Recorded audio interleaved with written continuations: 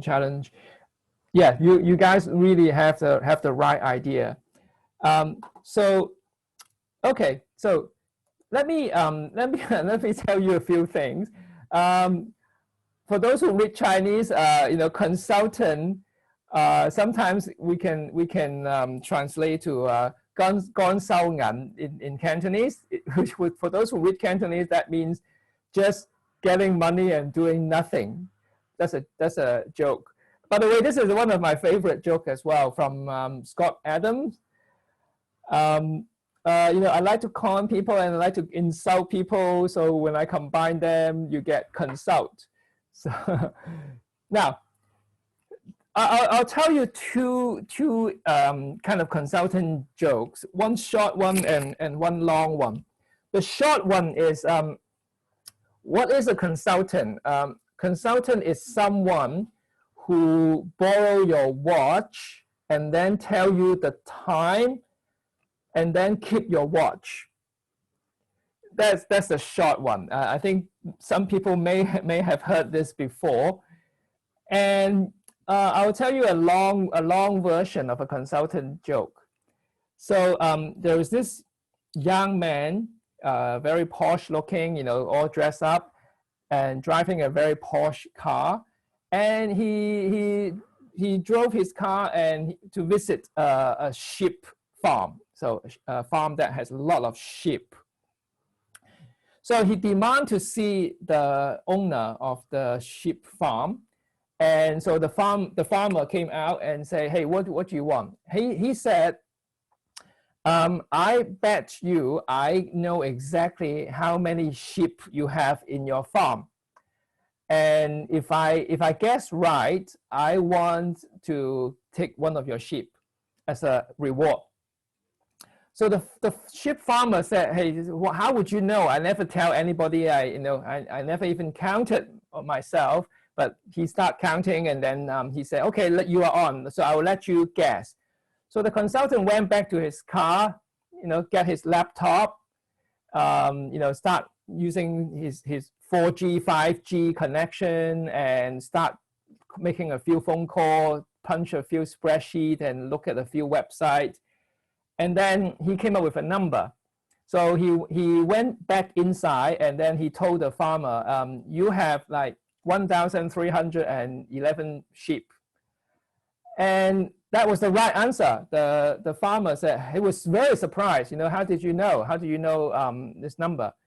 And then he said, well, I'm not telling you, but now I need to claim my sheep as the reward. So he did. But before he leaves, the farmer said, hey, wait a minute, young man, you can't just leave like that. I have to get my revenge. So let me also make a bet. I bet you I know exactly what you do for a living. If I guess right, then you would give me back my sheep and I will claim your car. So the young man said, okay, I will, it's on. I will give you this revenge. So the farmer, as you probably all guessed, the farmer said, you are a management consultant. And then the young man was very shocked, hey, how did you know? Well, here's how I know that you are a management consultant. Because you come to my place uninvited, you tell me something that I actually already know and you charge me for it. So you must be a management consultant. So I'll say that again. You come here uninvited, you tell me something that I actually already know, and you charge me for that answer. But this is not the last part. This is the thing is, the farmer said, okay, now I want your car, and can you give me back my shepherd dog? Because when the young man won, he couldn't tell the sheep from the dog. He actually took the dog. He didn't take a sheep. So this shows, right? The management consultant, in this case, this young man, he doesn't even know the product, and he was already advising or telling someone something that they already know. Okay, so now of course this is not quite true, but it's a joke about management consultant that I always love to tell, because it does give people, you know, it does cover a lot of the perception of consulting industry. Some true, some not true, but it's always fun to have this joke. Now, it is, as someone mentioned, it's a 筍工, right? It's a dream job for a lot of people. So so for this introduction, let me tell you more. Now, as I said, for this course, if you are hoping to become a management consultant, you will find a lot of the thing directly applicable. For those who are not sure, or you don't want to be management consultant, hopefully you will find the skills of like problem solving, presentation, you know, building trust, managing people, and doing strategic thinking. Those will definitely still be very useful in whatever thing that you pursue. Okay, so so consultant is not giving a different advice to solve people. No, we'll see. I mean, forget the joke. I'll tell you more about the real thing. Why the consultant always hire? Okay. Hold on for that. I will tell you why the consulting industry will always hire someone like fresh from university. But yeah, I'll hold that thought. I will tell you. Okay, so what is a consultant, right? Of course, it's someone who give a professional and expert advice, as you said. Now, sometimes we're being referred as company doctor. So basically, a corporation that has a problem or something that they need to solve or execute, and they want either a third independent opinion, or they don't have enough manpower, and it's something important that they need more outside body able mind to help them to solve the problem or execute a project. So a consultant, you know, also as someone who consults someone or something. That's the basic definition. For this course, I'm leaning more towards what we call the strategic management consulting firm. So we will talk more a bit about those, like the McKinsey, the Boston Consulting Group, which is called BCG for short, and then Bain and you know, Arthur D. Little. And there are other consulting firms very similar, some more similar than others, like Roland Berger's, but then there are others where it's more specialized in some area. Now, Accenture, for example, of course, it is a consulting firm as well, but Accenture focus more on like building systems, so system integration, not as much as the strategic thinking. And there are consulting firms that are associated with accounting firm. So of course, like PwC, you know, Ernst & Young's, KPMG, Deloitte, they all have their own consulting arm, as well as the accounting firm. But often, especially I think after several big incidents, they have to run it separately. And there are also consulting firms that are more specialized in certain industry. So for example, like OC&C would be more on retail or brand building. Interbrand, definitely brand. And then, so there are, like, if you talk to IBM or HP Consulting, of course, they will focus more on technology or IT, right? So there are different type of firms there. My experience, I mean, my personal experience is more leaning towards like McKinsey, Booz Allen, and also A-Connect type of thing. Now, what's the difference? In some sense, McKinsey type of thing are more on strategy, and very rarely you will see McKinsey doing an implementation project. So that's why it gives the impression that it's all talk, but never get the hands dirty. Now, the reason being, that's not what they are good at, or they're not that focused in implementation, but also, as someone probably might mention, they are too expensive to keep them. I mean, they do the strategy, they do the planning, but then it's very expensive to keep them to do the implementation. So, but for Accenture, for example, they are doing the entire implementation of system integration, for example. So again, the work is quite different. But consulting are definitely not cheap for the client, but I would say McKinsey, BCG are even most expensive in terms of per consultant per day basis. I remember watching some internal analysis that a McKinsey consultant, just on the cost side, because we do the revenue and the cost per consultant, just on the cost side is already higher than the revenue of some of other consulting firms. So that shows you how expensive it could be. But I'll go into more detail in a minute. So what is it really, right? There are a lot of different functions that I'm just covering some of them. For example, but because of this, because it's not cheap, and client usually would only engage the firms for very important issues. And also, therefore, typically, the decision to hire consultants would also coming from the top, right? It's either the board, the CEO, or at least some CXO level, or very senior directors, right? President or VP. And examples of things that people projects, right? Merger and acquisition, strategic review, going to a new market, testing something, whether some idea is feasible, reorganization, cost reduction, and so on. So these are some of the functions. And so let me pause and ask, why do you think the company would actually need external consultants? Why can't they do it in-house?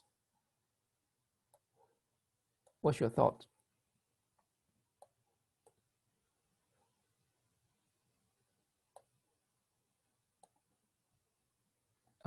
Yep, the one reason is there are projects where it's very hard to be objective. If you're doing company reorganization, for example, right, is so much vested interest. So if you find someone to do it from inside, it's very hard to be objective. Fresh ideas, because often firms, people are similar in the firm, and then they start thinking in a similar way. It's very hard to think out of the box. Independent view to endorse things, understanding what's going on in the world. Yeah, that's good. Bringing in some solid methodology that has been developed. Project based, so the cost is more controlled, and yeah, finding, so some people have some firm venturing into areas that they don't really have solid experience. Okay, now these are all good answers. So fresh idea, different opinion, different angles. Yeah. Okay. So yeah, all of the above, right? Consultant should be objective. It's supposed to be no conflict of interest, so they should give a very objective opinion. Sometimes the organization doesn't have all the talent, or they don't need to have those talents on a long-term basis, because you're not going to do strategic analysis every day. You're not going to solve a particular problem every time. So it could be something that they just need a short-term team to deal with that problem at that time. So it's expensive to keep sometimes. So therefore, let's outsource. Yes, fresh ideas and sometimes because most of the consulting firms are global firms, we do draw on experience from our other offices. They will send in the consultant from other office if necessary. Sometimes it's just to validate company strategy. This is what we sometimes we call the rubber stamping, but we don't just do that. We have to really validate and verify. Now, so to share some funny story when, objective third-party opinions, without naming any client, I will tell you there was a project where the CEO, the company is not doing well. They hire a consultant to reveal why the problem is, and so they hire McKinsey to do the review, and the consultants come back and recommended that the problem was the CEO. But remember, the CEO actually brought in McKinsey to do that, and so but the recommendation objectively was the problem is you, sir. And so the CEO was not happy. He therefore fired McKinsey. They said, no, I don't want you as my consultant.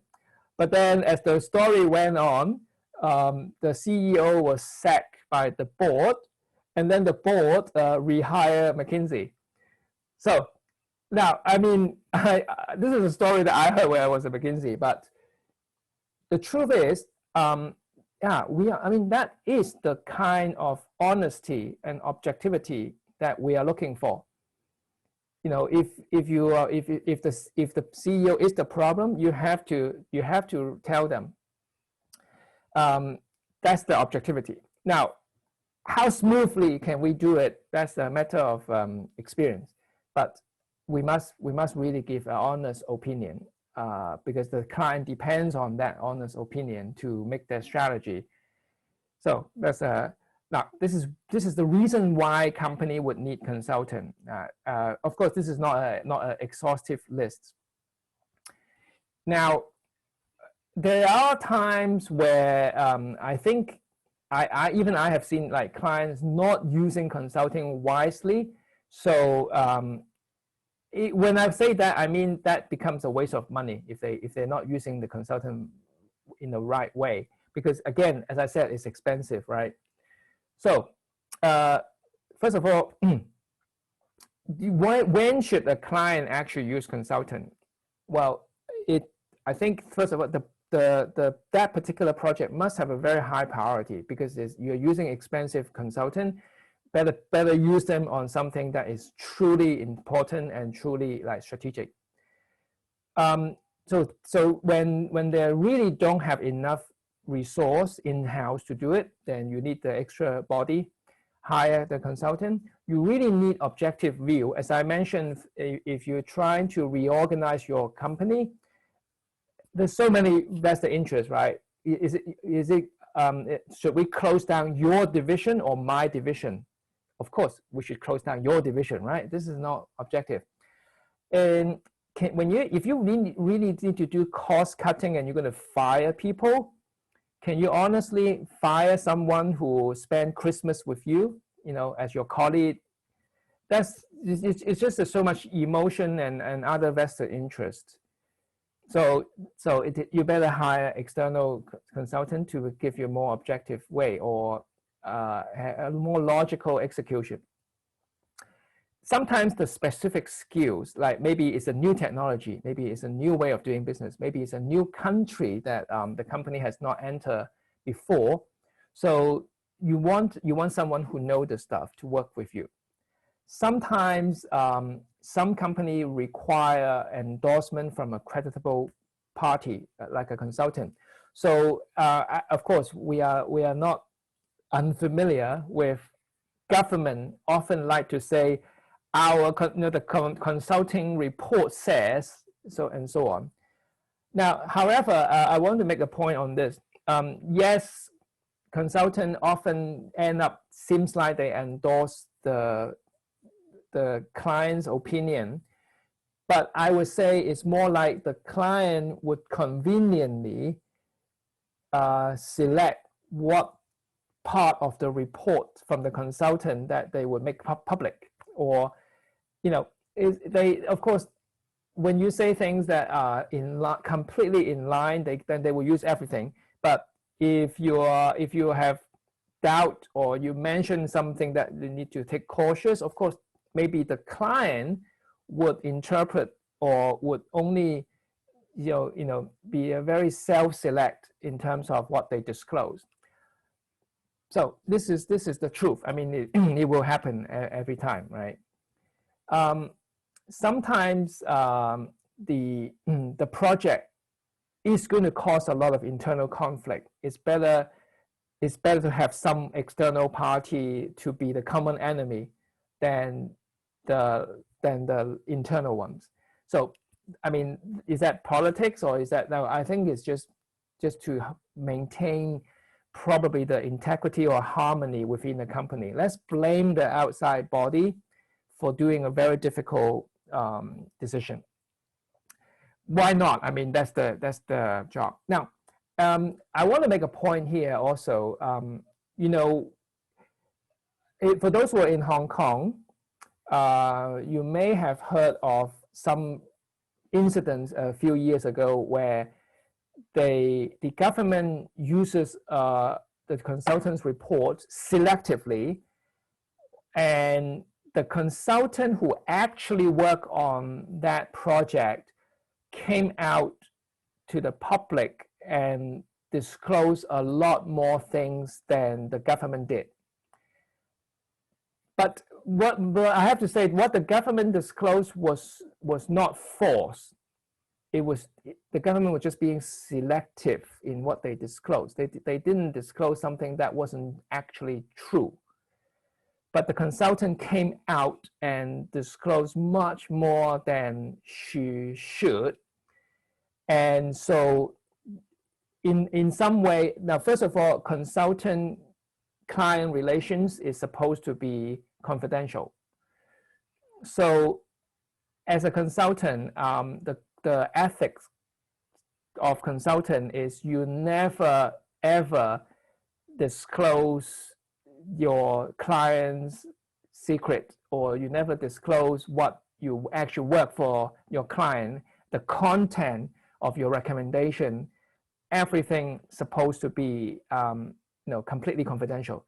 If you think about this, right, putting ethics aside, how can an industry work if you don't uphold the confidentiality? Much the same like the lawyer, accountant. I mean, remember in this case, I mean, even I mean, this is very hard to judge, right? I mean, lawyer, I'm sure, have encountered a lot of information about the client. But if lawyer is freely allowed to disclose the client's information, then the whole system collapses. It just cannot go on, right? Much the same for consulting industry. Now, but for lawyer, okay, we are talking about, sometimes it's talking about legality or something very high ethical. For consultant, less so in that sense, but I'm stressing that still confidentiality is a must. It's like also doctor-patient privilege. If under, it has to be under very, very, very, very strict circumstances, then maybe I think for lawyer, if the client openly admitted that they have committed some crime, then the lawyer can cease to represent the client. And anyway, now in that incident, though I mentioned the one that the consultant disclosed more than she should, she was actually fired from the consulting firm for breaching the consultant client privilege. Okay, now these are things that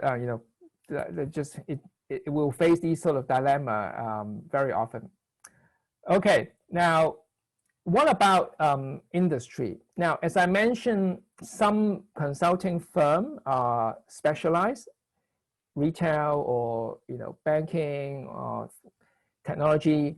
But for McKinsey, BCG type of firms, we are much wider. It basically covers almost all industry. So personally, I have worked in telecom, pharmaceutical, insurance, banking, semiconductor, logistic, and retail, and media actually. So it's a variety of industry. And in terms of functions, we already mentioned, right? M&A, cost reduction. Now, project typically runs for like 1 month to 3 months. It's more like 2-3 months are the norm. And then it might get extended depending on how the problem evolves. But very rarely you will see a management consulting project that lasts for like 12 months. For system integration, it could even be 2 years, right? Now, this is the thing. Let me just recap. Project period, typically 2 to 3 months. Project team size is usually for consulting firm, it will be 3 to 4 people, very typically. And there's a reason for that. But for management consulting, for McKinsey, usually it's 3 people team or 4 people team per project. Now, so I mean, I say there's no typical, but these are kind of the norm. And when I come to talk about the life after consulting, or maybe we'll have time, I will talk more about why they hire junior staff, why they hire, why each time the team has to be 3 or 4 people. And hence the cost is actually, it all adds up. But let me address one other thing. Oh, sorry. Okay, no, I'll get to that one. Okay. So what are the benefits of working as a consultant? It is true that the salary is quite respectable. Maybe that's an understatement.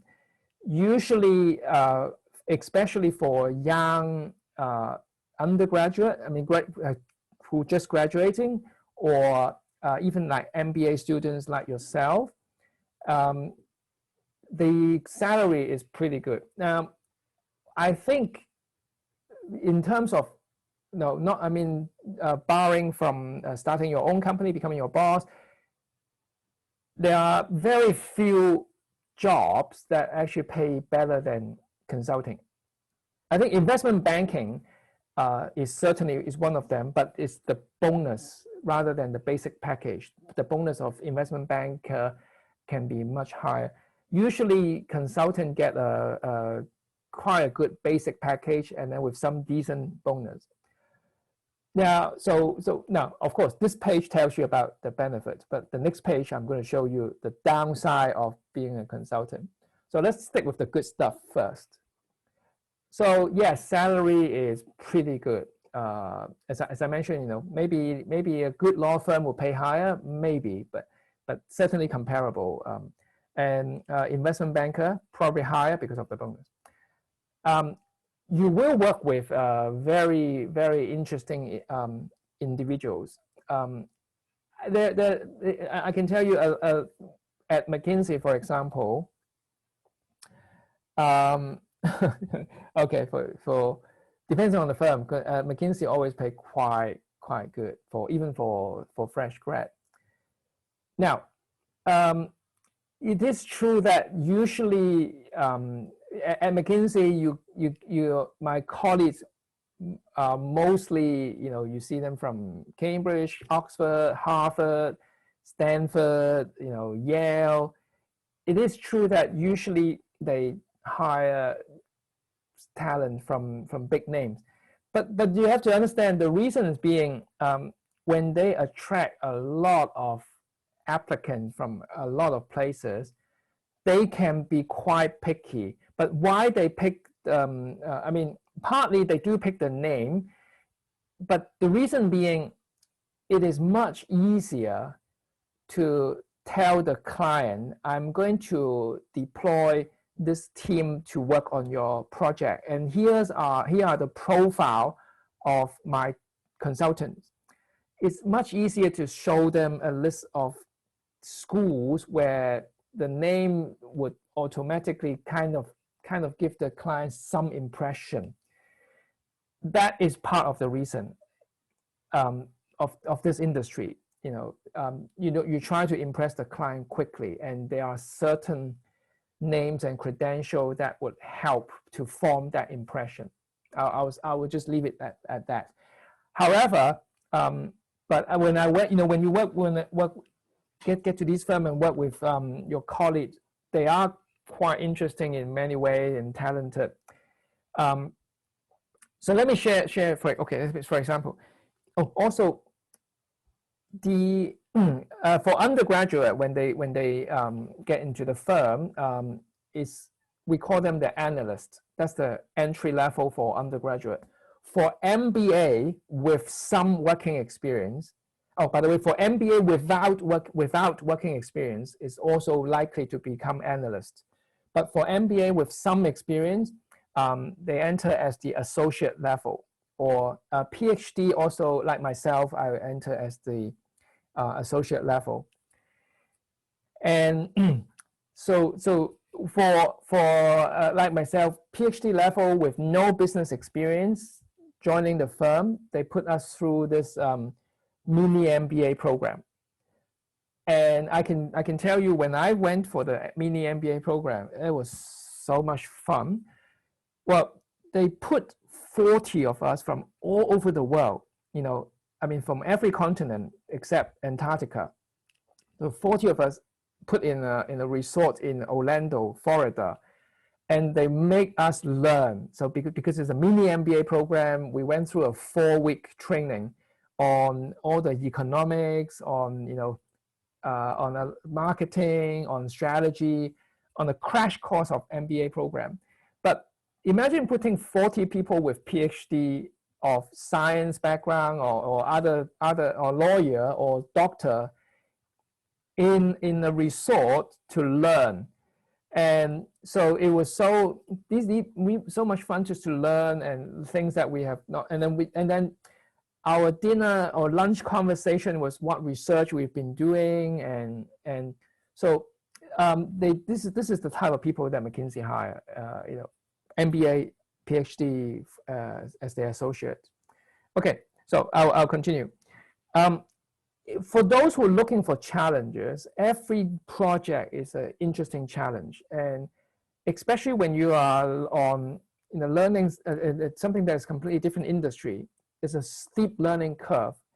If you are the type of people who enjoy solving problems, enjoy learning new things, then you have a lot to learn every project.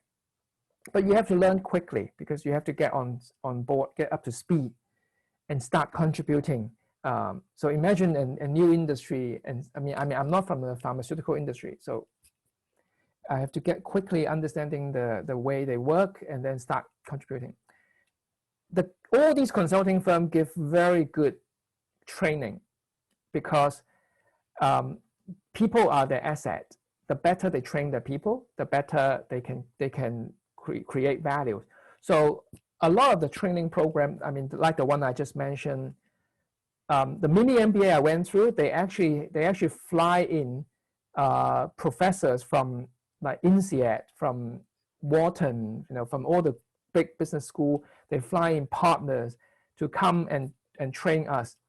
So they do put a lot of time and money and effort into the training program. So by being in these company, you get trained by the kind of the best practitioner.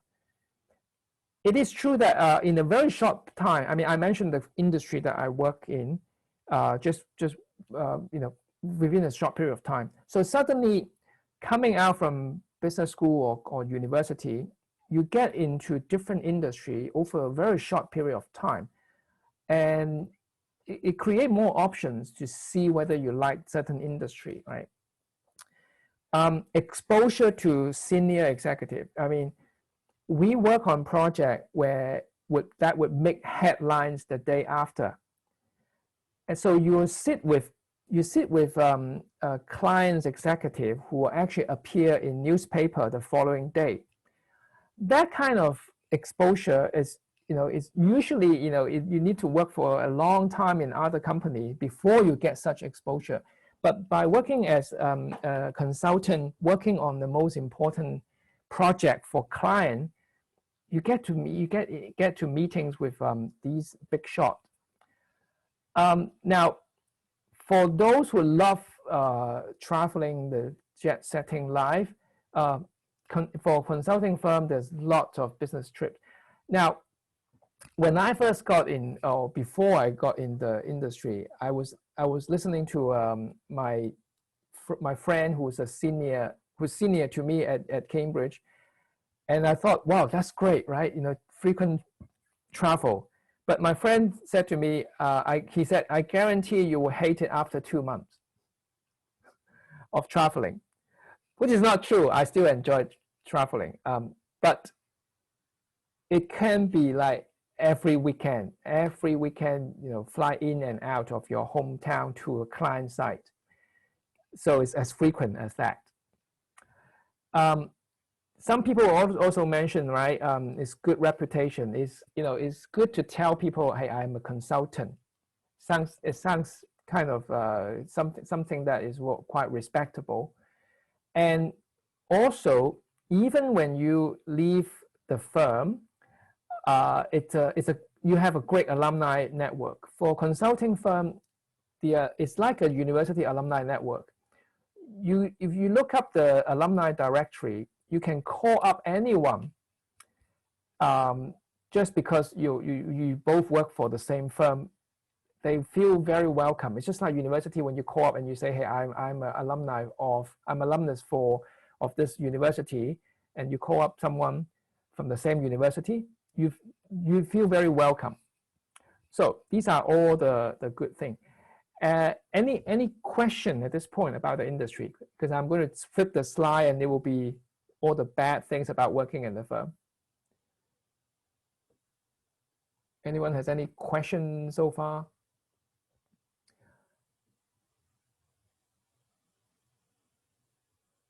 Yeah, challenging. Yeah, I'll talk about. So maybe, and then also after next slide, I will tell you then maybe how I got into. Oh yeah, definitely, yeah. The question is this industry facing challenge by new business model? I mentioned A-Connect, which is the Uber. I used the analogy Uber of consultant, and I mentioned like 10X and GLG. These are all actually challenging the old model in some way. I will address that later.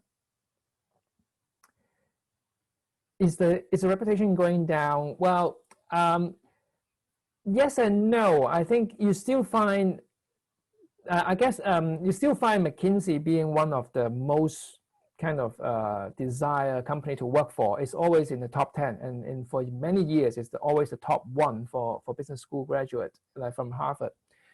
Of course, nowadays it's more Google, Apple, that kind of company, but it's still pretty much sort of. Now, in terms of salary, I think in recent years the big tech firm, if you work in Silicon Valley, probably in Silicon Valley is the exception. The tech firm can make quite a lot, definitely comparable or more than consultant. But if you are in New York, right, that's a different story, right?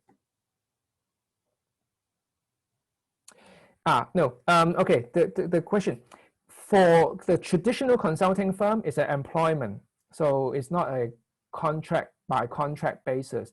But for A-Connect, the Uber of consultant type, then yes, it will be a contract by contract basis. How to update knowledge? Actually, this is an interesting one.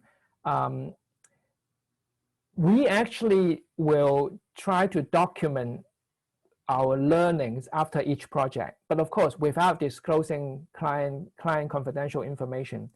And we call this the practice document. And actually, consulting firm also have its own kind of think tank or research institution that would be the forefront of research. And then they publish the latest thinking. In the case of McKinsey, for example, not only they research and update and draw learnings from project, and they even publish these findings. For those of you who are interested, it's called the McKinsey Quarterly, and I think it's even free for everybody to actually read the articles. For McKinsey, this is both brand building and knowledge building. So feel free to go on McKinsey Quarterly, for example. Then you can see a lot of the latest thinking. But there are a lot of things that has already been evolving because of the big data, because of internet. Consulting firms are also changing. So, for example, McKinsey actually also bought some technology company or media company. That was quite a big change for them. So these are some of the things. Now, there's a lot of good questions here. Especially, I will address the new business model. How is it affecting or challenging the traditional model? So I will see which maybe today or maybe I will see the last class on for the how is evolving or what's after consulting life, because I have worked for A Connect and 10X. I can definitely tell you those are the new model of consulting firm, but it's not killing the old model, but it's just emerging as an emerging new model. Oh yeah, okay, that I haven't heard. Okay, so maybe now let's go on and then let's have a break after the next slide or so, I guess. Right. So what are the challenges? I mean, this is not the challenge for the consulting firm. I'm talking about challenge as working in the consulting firm as a consultant. What you have heard is definitely true. We work crazy hours, really long working hours. This is almost not expected for us. But you've probably heard the same thing for investment banker, for lawyer as well.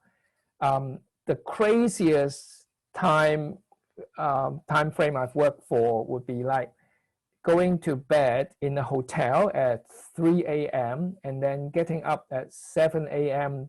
to start again, and throughout the whole week for several months. Then, on the weekend, yes, you do rest, but then you have no social life because you're resting on the weekend, you fly back.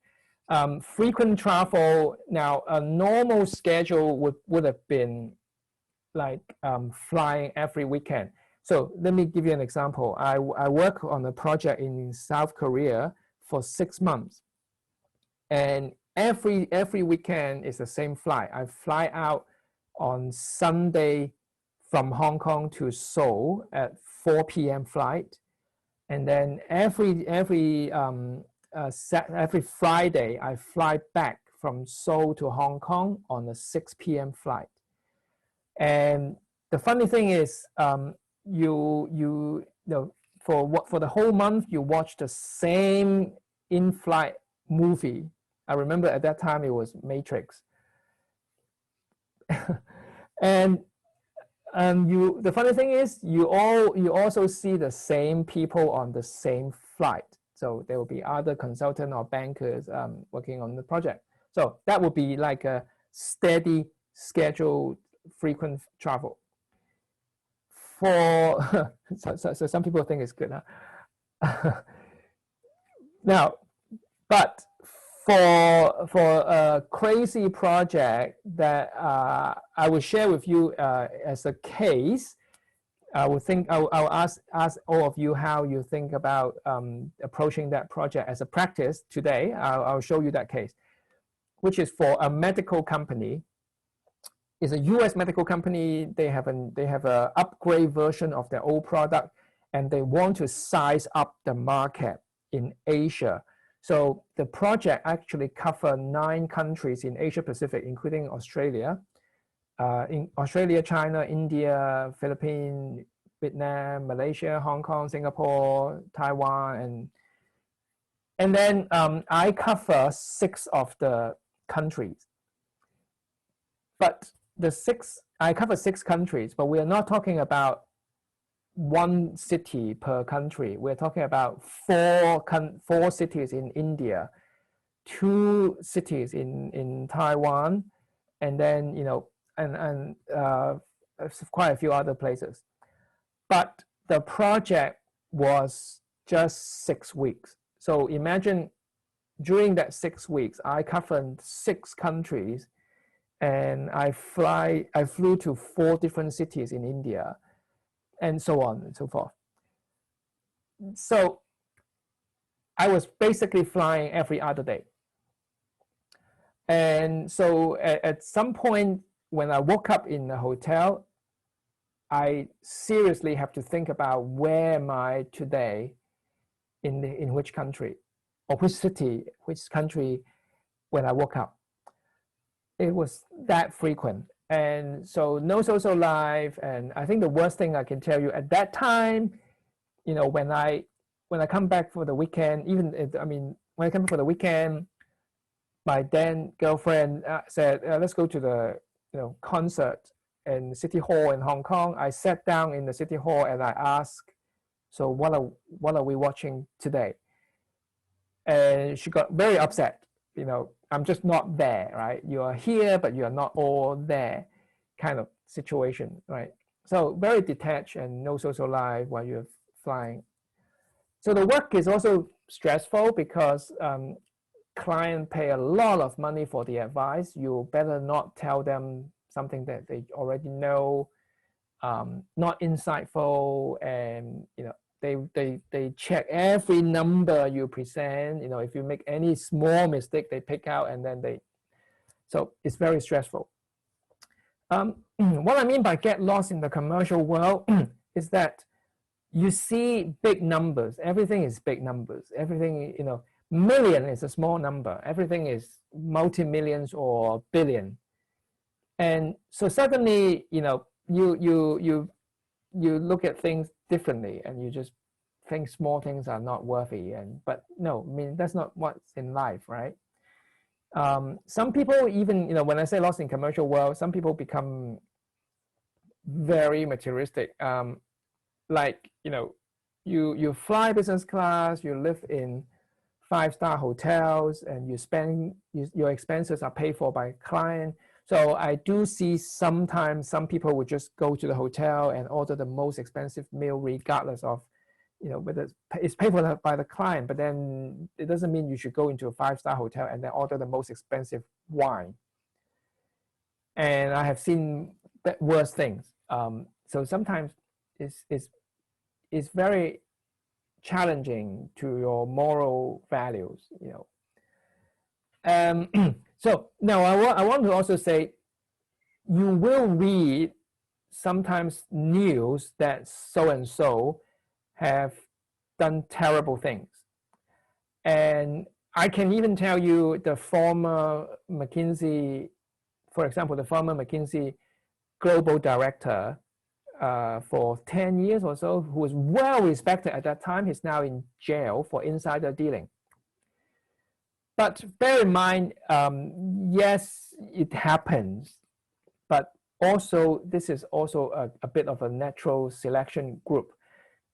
It's because those who are in a position of do great bad things will have, I mean, the big bad things is going to happen only for those who are in a position to commit bad things. And so therefore, at a consulting environment, that's where the people who have that potential exist. So it's not inherently like the people will do bad things there. It's just because they are in such powerful position. And therefore, if you ever hear some big bad things happen, of course, it's going to happen in those sectors who are in the position, but it will happen. So, sorry, what's the mean by the gap is not? Yeah. So my advice is just, first of all, you have to be very strong in your moral standard, hold the best ethic line. In fact, during the interview, this is one of the things that they will test you, whether you are ethical.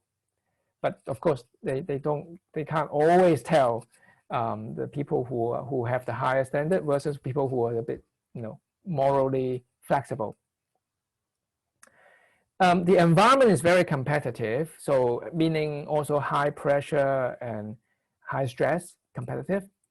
And if you ever work in a team that doesn't get along with each other, that would be like hell. But it's true for any situation, but especially because every project we work on you might see a new team, you don't always work with the same people. So a lot of the time, it depends on the personality and history and ways, characters. So, but if you work with a team that really get along, the feeling is really good. I'm just saying it's not every project. Now, sometimes you might even encounter a very hostile client environment. Let me give you an example. When I was working in Korea, for that project, it's a 6-month in Korea, there was previous project by McKinsey with the same client. And the client asked them to set target for their employees and so on. And of course, the target was aggressive. The target was very high. And so the client team didn't meet the target, but unfortunately, the bonus was related to meeting that target. So when they fail, they think, the client members think it was because the consultant have set an unrealistic target, which the boss actually endorsed. So when you are the next team from McKinsey working on a different project, they can't be as, they're not going to be the most friendly client member as you, right? They just didn't get the bonus because your previous team have set the target, in their opinion, that was too aggressive. So it becomes a bit hostile. And it is true that sometimes, now let me address the problem, because someone mentioned, why do they always hire green young graduates, fresh from business school or fresh from university, in fact. And then I'll tell you what problems it leads to when you work as a very young, inexperienced consultant. Like accounting, like law firm, consulting industry is a professional service. People will move on and become manager, become partners, and so on. But the industry always have to have young, fresh blood coming into the company, because there are groundworks like analysis, interview to be conducted. It's just like in an accounting firm, you need the junior accountant to do the most mundane audit, to go to the client's place to check their books. And then you train them up to go to the next level. So, this is how a professional service firm works. You do need the junior people to come in to do the groundwork, and then they move up and so on. So you keep needing the fresh blood to fill that gap. So it's pretty normal, right, for a professional firm. But as a young graduate, which has no working experience, as an analyst or even associate with not much business experience, during one of the training, they will give you a situation like, you ask you're interviewing the client team member who's the director in that firm, who may be in their mid-50s or late 40s. Then this director or VP or president look at you and say, you know, you are even younger than my son, and I have been in this industry before you were born. So how dare you come and consult me? How do you answer that, right? Anyone? We've been trained to how to answer this, by the way, because this happens all the time when you are the young consultant, you know, doing an interview with a client team member, you know. How would you answer that when you meet someone that senior and they say, hey, you are younger than my son. You were still wearing diapers when I started working in this industry. What can you tell me about my industry? Or, you know, how would you answer that?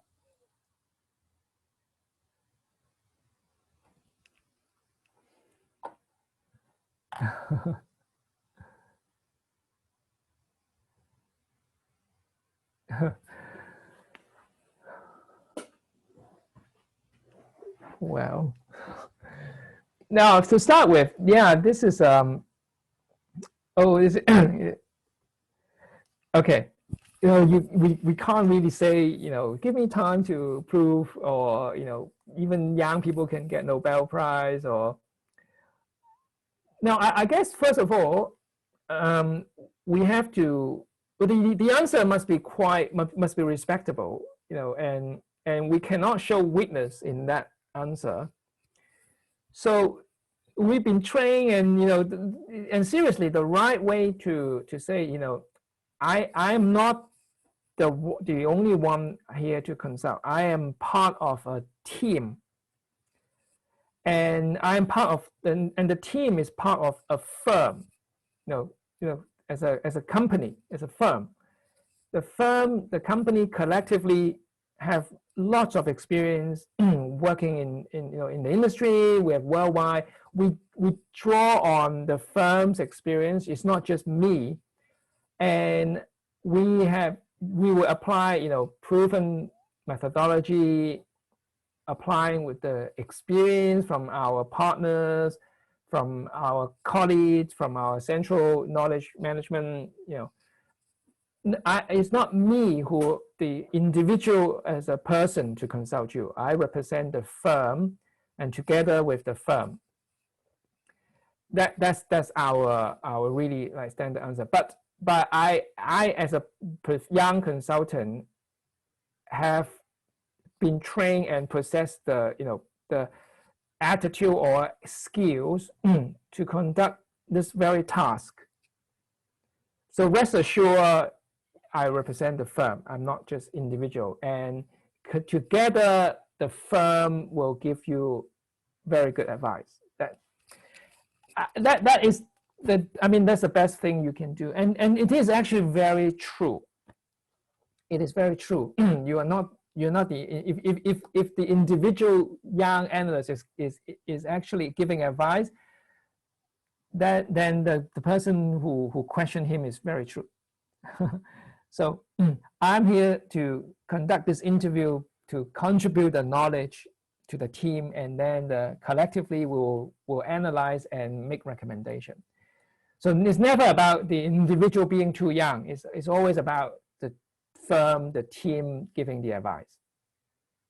Remember, but I see some of the answers, but remember, we never show, you know, in my mind, never show like weakness and say, hey, let me prove to you in 3 months, for example, right?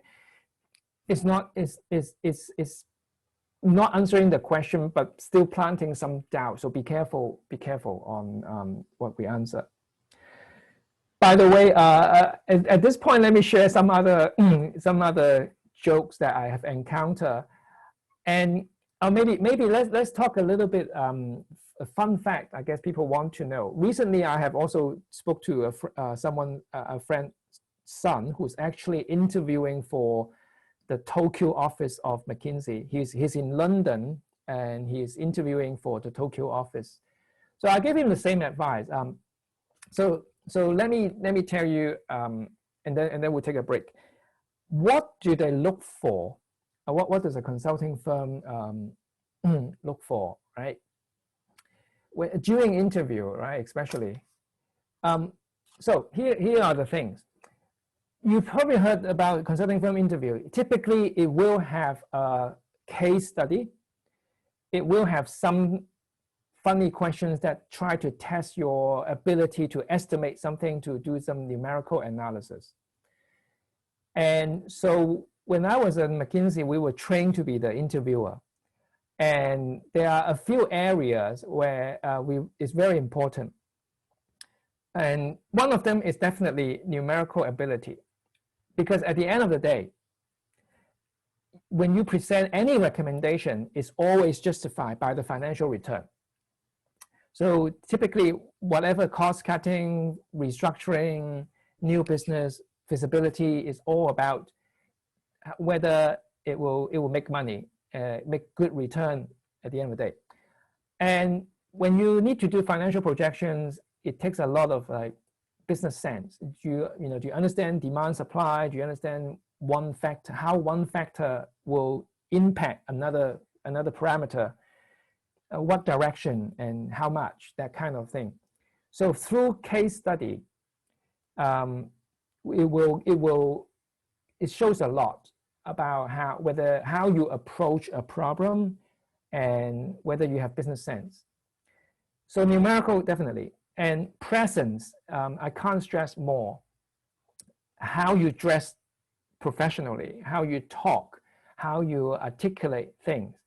It shows you, basically, we are looking at, can you impress the client? If I put you to have a conversation with the client, what would you say? What would come out from your mouth? How would you articulate things? Would you impress the client, right? So presence. And whether you are a good team player, because every project is a team, work in a team. So can you function as a good team member? And later on, can you be a team leader? Do you have the potential? Do you look like you can be a team leader? To start with, a good team player, and then with the ability to lead. So often, whether you're a leader, they look at things that you have done in the past. Why haven't you been in any leading position, in any things that you've done in school or church or voluntary work?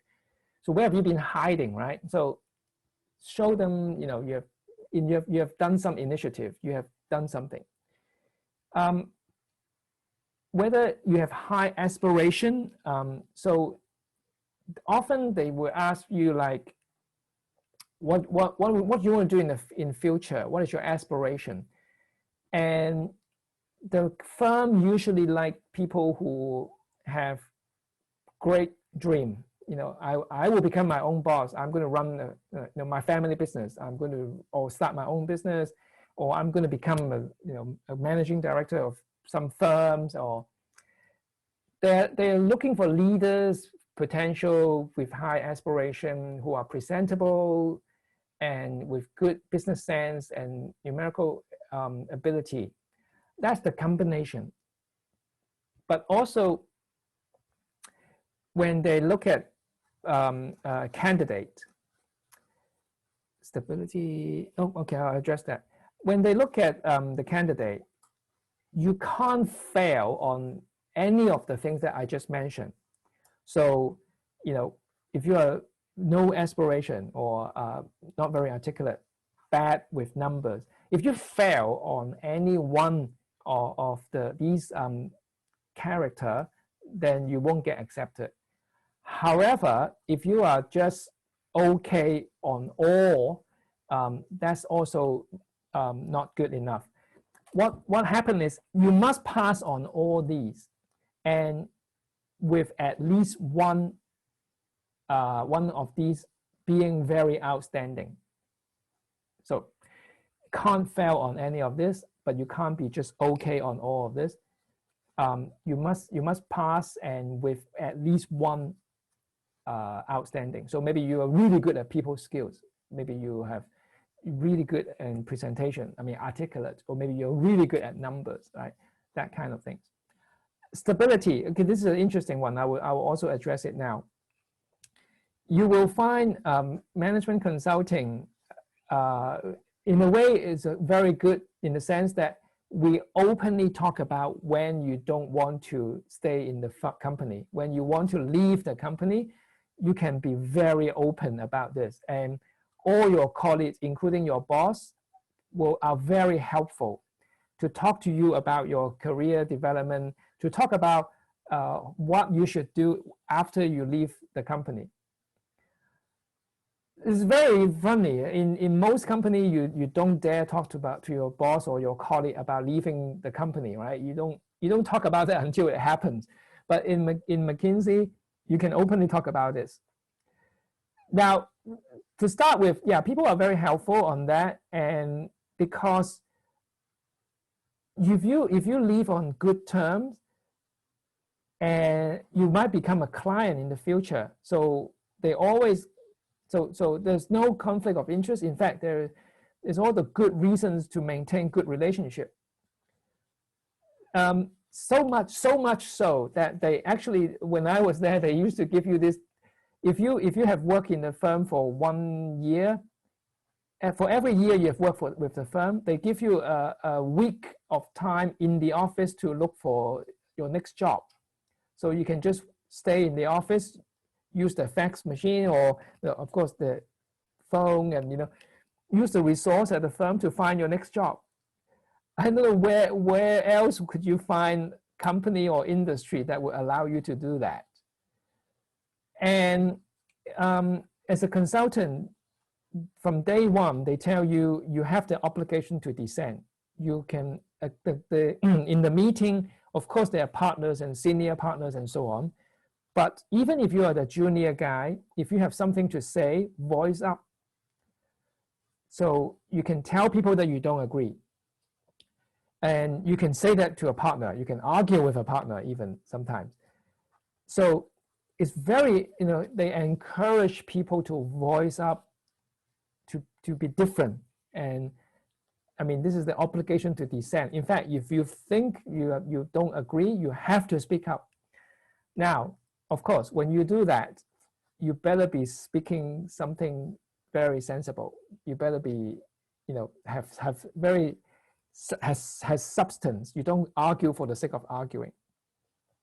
And people really appreciate, and they really encourage people to do that. So it's very interesting. In some way, it has a structure, but then in other ways, it could be quite flat. The organization, you can, and also, this is something that my friends, after we left McKinsey and go to other firms, they find it really strange in other firms. In McKinsey, you can email anyone. There's no rule or things, or say you have to CC so and so, or you can't email the partner, or so. You can just write an email to a partner and say, hey, I heard you have worked on this. Can I tap your brain for ideas? But when my friend moved to, I think it was HSBC, she said she was told by her boss that she can't email so and so without CCing him, or she just can't email anybody she likes. She has to follow some guidance in terms of who she can email, or At McKinsey, we were very free. We can email anybody, and to ask for opinion, to ask for help, and things. So it's a very interesting structure. The one more story of how, just funny story to share before the break. There was this partner, very senior partner, and I'm just trying to show you how witty sometimes these partners can be. So he was American-born Chinese. He has never been to China, and he came to China as a senior partner of McKinsey, and he was going to show all this executive in a conference on McKinsey's view of the Chinese market. But before he starts speaking, I think someone noticed he's American Chinese, he's never been to China, probably they know. And so someone from the audience asked him, he said, hey, Mr. So-and-so, how many times have you been to China? So he was about to present his view on Chinese market, and someone challenged him whether he had been in China, you know, or know the place very well. Now, how would you answer that, right? Remember, this person really, this really is his first time in China, and he's already presenting the team's finding on Chinese market, but he was being asked, how many times have you been to China? How would you answer that?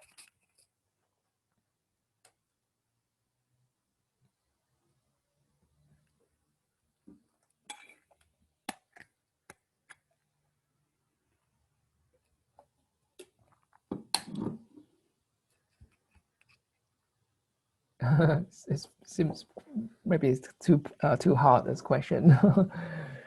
Anyone? How would you answer to that question, right? How many times have you been to China? And it is the true answer is first time, and but would you answer that, or how would you answer it?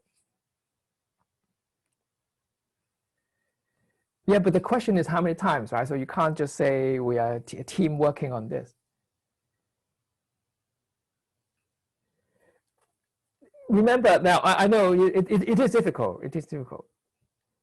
Enough time for the team. That's close. That's close. Now remember, the thing is, you can't lose face. You can't show weakness. You can't, because you're about to present something from the firm, you can't lose credibility. The very question was designed or almost trying to challenge him and discredit him. So if you say first time, right, it sounds weak, definitely, right? The truth will show that it's very weak. Whatever you say now has less credential because you listen to someone here for the first time, right? And by the way, also, if we try to explain why we know our stuff, that also sounds weak. You know what I mean? We don't explain why you should trust us, right? You should trust us is almost like a given, right? So if we start explaining how much we know, will actually sound weak as an answer to this question. So now, so therefore, hey, first of all, he's in a very difficult position. So, so what, I mean, it is very difficult question. So there's only like very, very good answer to the question. There's no perfect, right? He's being put in a corner, right? So I will tell you, so this senior partner, he just, okay, so to the question, how many times you have been to China, he said, yeah, this is very good. He said, enough times. Someone mentioned that already as well. So he said enough times. That is not false, because he didn't say any number, and he just say whatever time, that's enough. So now you have to give it to him. That is the perfect answer. You can't have better answer than that. Even though we may or may not agree that turn around things, but hey, can you do better than just than that, right? That's the point. He actually gave them the optimal answer. This guy is really, really sharp. I have more story to tell you later how he would handle things and react to things. I mean, you really need